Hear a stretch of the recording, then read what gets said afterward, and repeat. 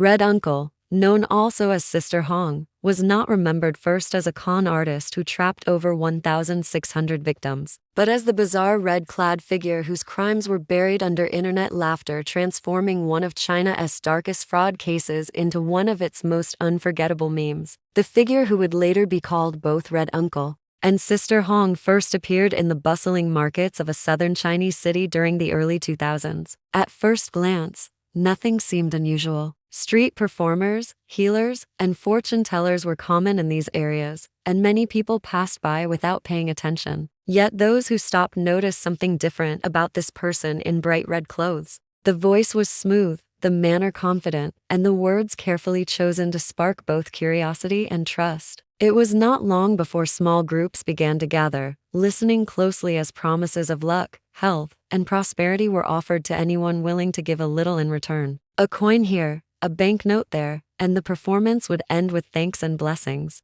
Most thought it was no more than another street act. Few realized it was the beginning of something much larger. The red figure returned again and again, sometimes dressed as a man with a commanding presence, other times appearing as a woman with a softer tone. The shifting identity confused many, but it also added to the mystery. Soon, whispers spread through neighborhoods about a powerful figure who could bring fortune if respected or misfortune if ignored. Fear and fascination grew together, and people began to invite friends, family, and neighbors to attend the gatherings. Within months, what started as a handful of curious onlookers became audiences of hundreds. The message was always the same: loyalty and small sacrifices today would lead to protection and rewards tomorrow. Those who gave more were praised as wise and faithful, while those who hesitated were quietly shamed as ungrateful. This subtle pressure drew people deeper. Families began to give savings, convinced they were investing in a safer future. Some thought they were joining a new cultural movement, while others believed it was a government-linked group. The truth was never clear, but clarity was not the point. Ambiguity fed the legend, and the legend fed the power. By the time the authorities first took notice, it was already too late. Thousands had heard of the figure in red, and more than 1,000 had already been caught in the web of promises. Entire communities were becoming tied to the influence of a single mysterious person. The danger was growing, but most could not see it. Instead of recognizing the warning signs, they saw hope in a figure who had built an empire not of truth, but of illusion. The gatherings that began as small performances soon transformed into carefully orchestrated events. Abandoned warehouses, empty school halls, and dimly lit basements became the stages where the red figure preached promises of transformation. Followers brought offerings of food, money, and even personal belongings, believing that these gifts would secure their family's future. Red positioned every act as a test of loyalty, making it clear that hesitation could bring bad luck not only to the individual but to their entire household. Fear worked hand in hand with hope, trapping people in a cycle that was difficult to break. The dual identity became one of the most puzzling elements of the deception. Some insisted that Red Uncle was a strong, commanding man whose presence demanded respect. Others swore that Sister Hong was a graceful woman who spoke like a protective elder. Confusion over who this person truly was only deepened the sense of mystique. Many followers began to describe Red as a divine being who could embody both masculine and feminine energies, someone beyond ordinary human limits. This belief gave Red even greater power, as it silenced doubts and created an atmosphere of unquestioning devotion. The meetings themselves were designed to overwhelm the senses. Red lanterns lined the walls, soft music echoed through the halls, and chants filled the air. The atmosphere was hypnotic, making people feel they were part of something larger than themselves. New recruits were introduced with applause and immediately told that they were now bound to a special family that would protect them forever. Leaving was not an option spoken of, and anyone who dared to question the process was publicly humiliated. In some cases, individuals were pressured into giving away their homes or farmland, convinced that their sacrifice would bring endless blessings. Behind the performance, however, Red controlled everything with ruthless precision. Recruits were instructed to bring in more people,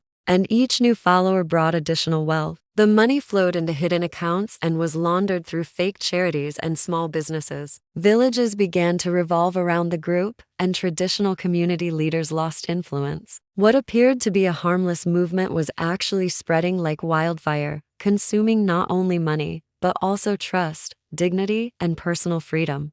As Red's influence expanded, so did the silence. Victims were too ashamed to admit they had been fooled, and outsiders who noticed the warning signs were dismissed as jealous or blind to the truth. The foundation for one of the largest frauds in the region was now firmly in place, built on fear, loyalty, and the illusion of divine power. The cracks in the empire of Red Uncle, or Sister Hong, began to show when whispers of mistreatment spread among the followers. At first, these were dismissed as rumors created by outsiders, but slowly, stories of exploitation became harder to ignore. Families who had given their savings began to notice that no promised rewards were ever returned. Instead, they were asked for more, under the pretense that greater sacrifices were required before blessings could fully arrive. Some were pressured into selling their homes, others into handing over farmland or family heirlooms. Those who resisted were warned of curses, accidents, and unseen punishments that would strike them if they dared to turn away. Fear kept many silent, even as their lives collapsed.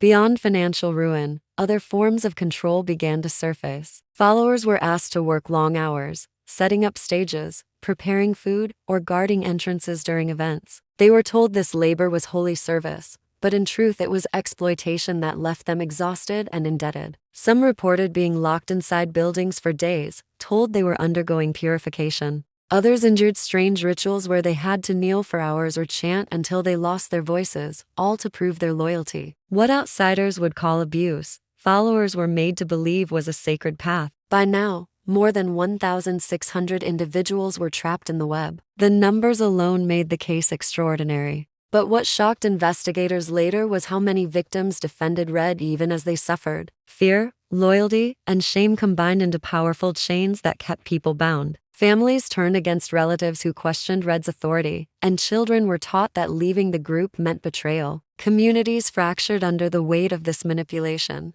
with some villages nearly taken over entirely by the cult-like movement. Then came the unexpected twist. Videos and photographs from the gatherings leaked online, showing Red in elaborate red costumes, performing exaggerated gestures, and delivering dramatic speeches. Instead of being recognized as evidence of fraud, the clips became viral entertainment. Red's odd movements, peculiar makeup, and theatrical style were mocked, copied, and transformed into internet memes. Social media flooded with jokes, edits, and parodies, turning the manipulator into a laughingstock rather than a feared criminal. The tragedy was hidden beneath the laughter. While the internet turned Red into a source of amusement, thousands of lives remained destroyed. Families were left in debt, parents without children, and entire communities stripped of stability. Yet the world saw only a joke, ignoring the reality of a crime that was still unfolding in silence. When the authorities finally acted, the arrest of Red Uncle or Sister Hong unfolded like a scene from a movie. Dozens of officers surrounded a rural compound where a major gathering was underway. Followers chanted and waved red banners, unaware that investigators were closing in. The operation ended swiftly, with Red taken into custody, while stunned supporters shouted and wept. For many, it was the first time they saw their leader in chains, stripped of the power that had once seemed untouchable. The news of the arrest spread across China, and soon across the world.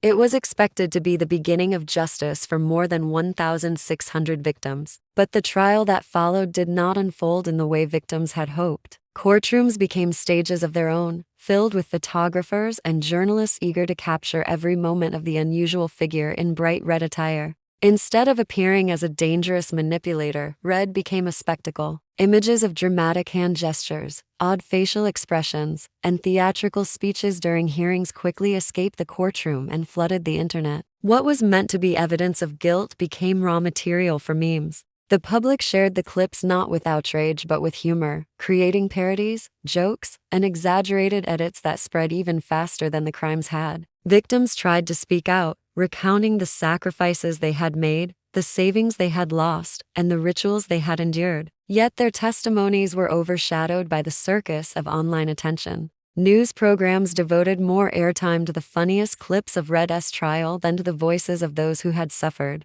Activists and journalists attempting to highlight the seriousness of the case found their reports drowned in laughter and mockery. For the victims, the trial became another form of humiliation, as their suffering was reduced to background noise for internet entertainment. Meanwhile, investigators uncovered an elaborate network of fake charities, shell businesses, and offshore accounts. The financial scale of the scheme was staggering, with millions siphoned away through clever laundering operations. The revelations shocked professionals but barely registered with the public, who were too busy sharing the latest viral parody. Instead of being remembered as one of the most calculated manipulators of modern times, Red was cemented in online culture as a comedic figure. The courtroom, meant to deliver justice, had instead given birth to a meme that refused to die. The crime was exposed, but the seriousness of it dissolved into a spectacle no one could fully control. The final sentencing of Red Uncle or Sister Hong brought a sense of closure only on paper. The court handed down a long prison term, citing fraud, illegal gatherings, and mass exploitation. Yet for the thousands of victims, the outcome felt hollow. Their money was gone, their trust shattered, and their dignity eroded by the very spectacle that had turned their pain into a global joke.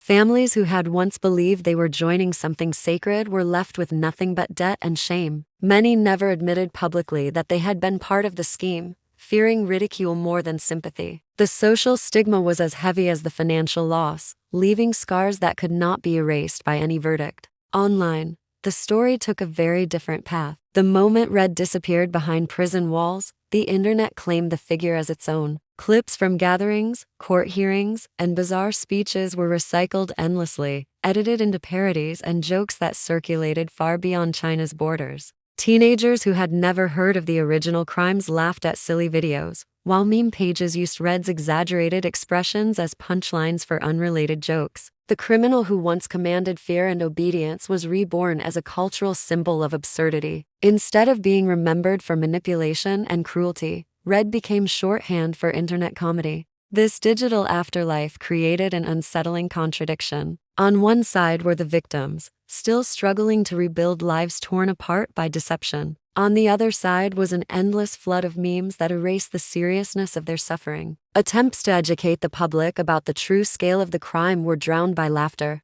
Even years later, when the name Red Uncle or Sister Hong was mentioned, most people thought first of the viral content, not the destruction that lay beneath it. The meme had outlived the crime itself. The case became a warning not only about manipulation but also about the strange power of the digital world. A fraudster with more than 1,600 victims should have been remembered as a cautionary figure in history, yet instead they were immortalized as a joke. The tragedy was not just in the crime, but in the way society chose to remember it. Red's legacy is a reminder of how easily truth can be buried under humor, and how quickly collective memory can turn horror into entertainment. In the end, the victims lost twice, first to the deception, and then to the laughter that erased their voices.